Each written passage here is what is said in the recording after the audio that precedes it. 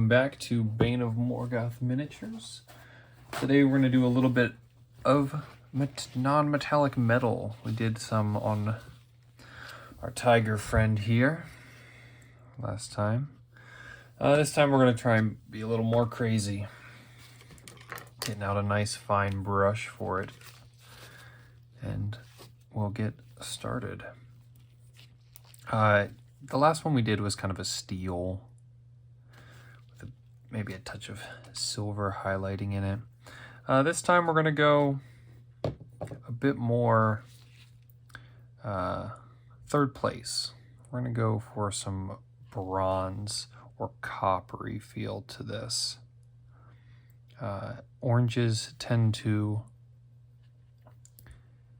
blend well with teals, and we got a lot of teal going on here, so just didn't quite feel right to go full silver on this.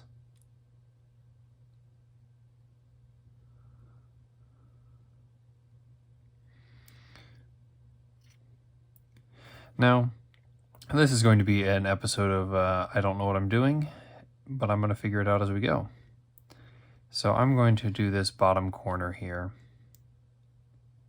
first, and then I'm going to do it from step 0 to step 6. I'm guessing 6 steps. 6 steps probably, right?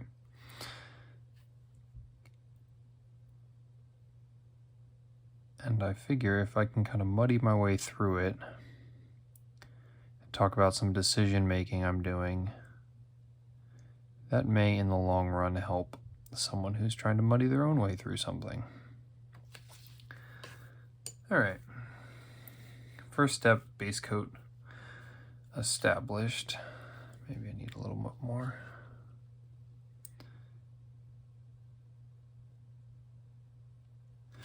Now with non-metallic metals, really what you're aiming to do is you're always mapping out light. So for this objects, it's going to be these top surfaces. I'm going to have to kind of choose where my highest highlights are going to be. And one way you can go about non-metallic metal, is you can literally go right from your darkest color to your brightest color. And what that allows you to do is determine where your highlights are going to fall. So I imagine one highlight's going to fall right here, and mirror that spot as well. Make sure my paint consistency is correct.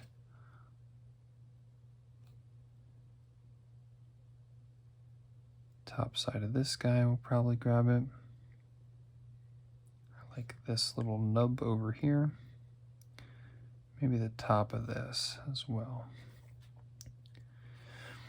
Now there's all sorts of fancy videos about how to do non-metallic metal. This isn't going to really be one of them. I got the high points,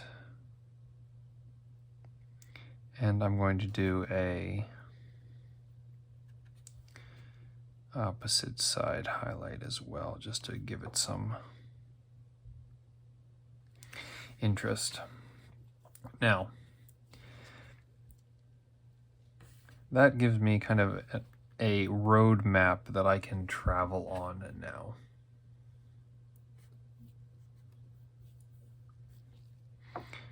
And I can work slowly back from that. And to do that, I need to actually have the right paints on my palette.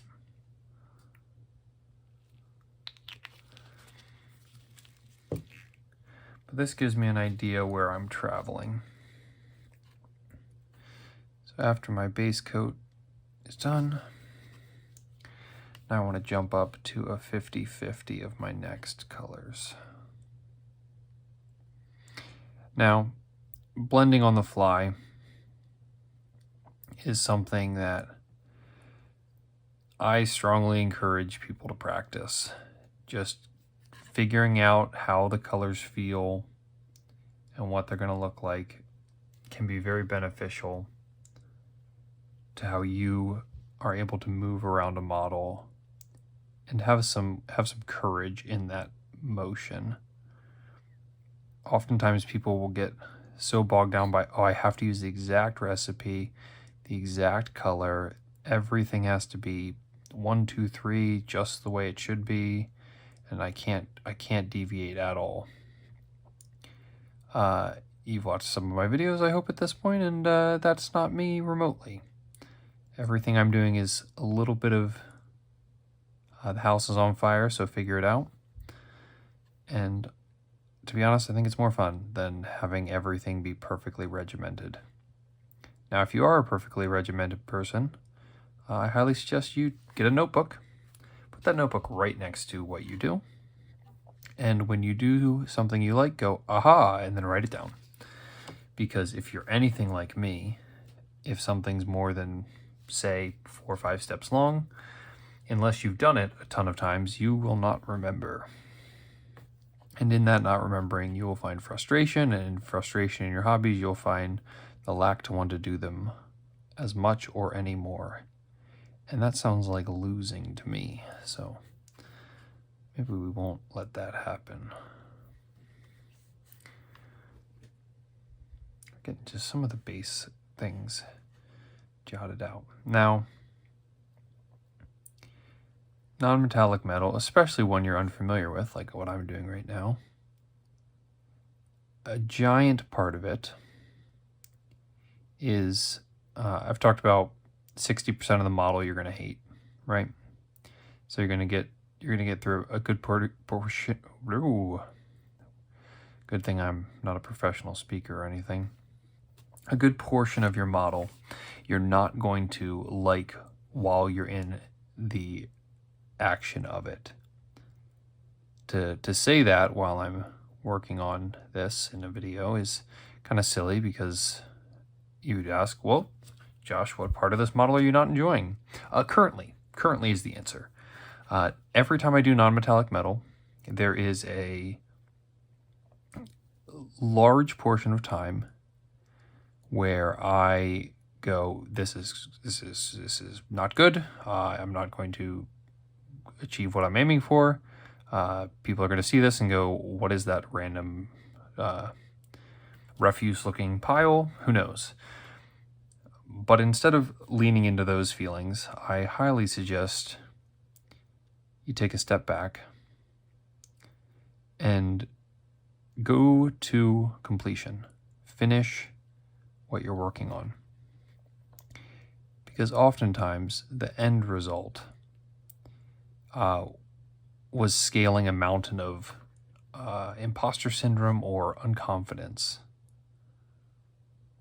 And it's kind of the same in life. Sometimes you gotta push through to the end and not give up a part way through. We're getting very gold with this. At least I feel it's gold. So how do I bring it out of this? That's a great question. Maybe the answer is this color. And I want you to know that I'm now freaking out and going, I don't have the answer. But I kind of like that feeling. I kind of like not knowing and having to work towards it.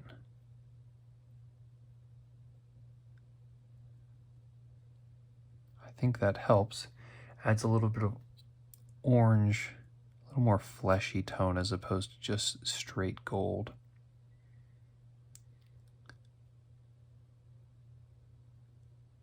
You can see I've covered up my highest highlights with some of that yellow, and maybe that's hurting me as well.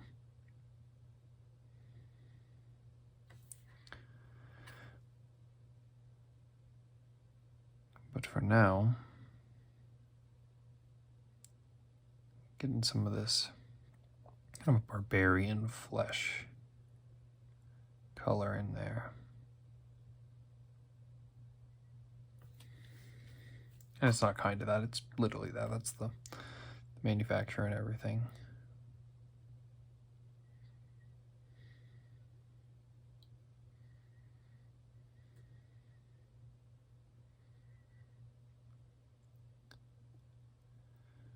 we go. Now we're pulling back to some of those oranger qualities.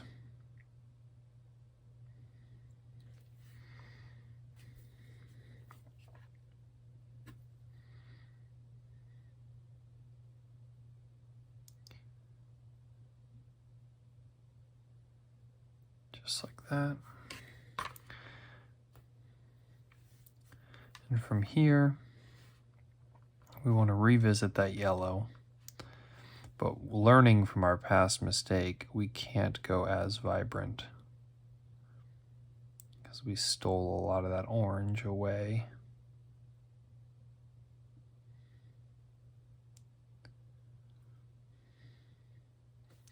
And that orange is assisting us in feeling more like copper and less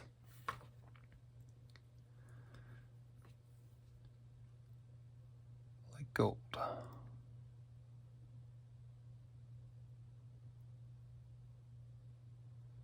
Now we're getting towards our almost highest highlight. We probably will touch this with white just a little bit, but until then,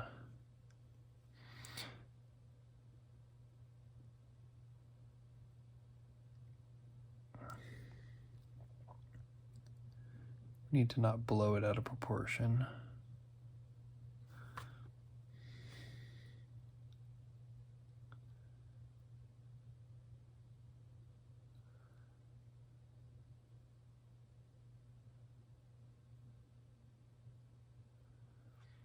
I apologize, I have to think a little bit harder with non-metallic metal than I do with other things, so talking is not quite as easy to come by. My brain is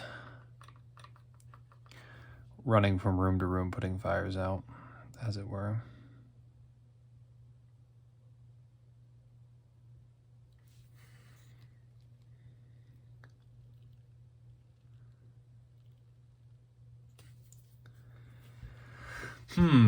Does it read bronze? I firmly think not really. So what do I need to do to help it read more bronze? I think it's some level of orange that's keeping me back here. So maybe if I choose the right orange,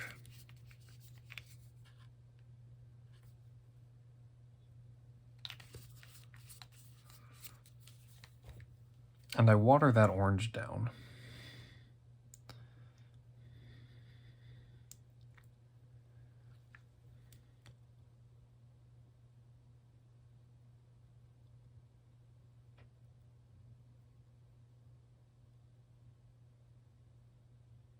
and I apply it liberally over all surfaces, it'll pull us so far away from gold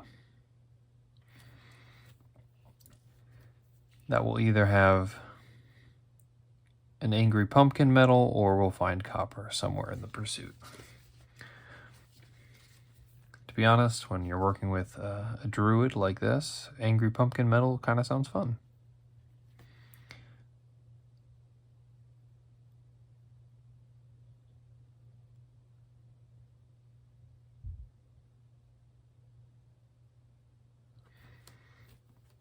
Just getting an orange tint across everything really is what my goal was here.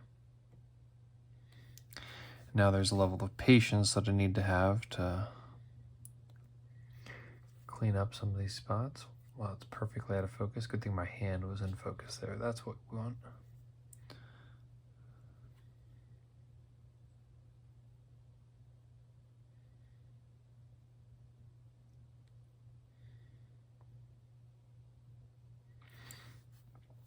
I need to stay away from that yellow.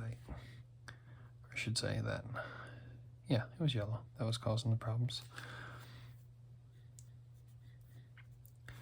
So let's deviate from that yellow and go up into this color here, which is a little bit of XV88 mixed with some just generic red.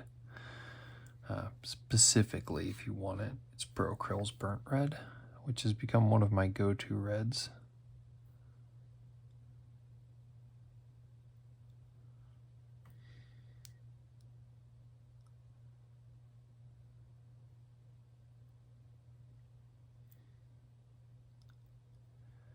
And now I'll go back in. And having undone a ton of work I did, start to redo it. This is another thing with non-metallic metal. If you don't have the exact paints that someone else used, you might have to dabble a bit. You might have to experiment and go, that ain't it? Oh, okay, that's close. It needs this or it needs that. And personally, I think that's one of the enjoyable parts of miniature painting, is that there's a discovery to be had in the process.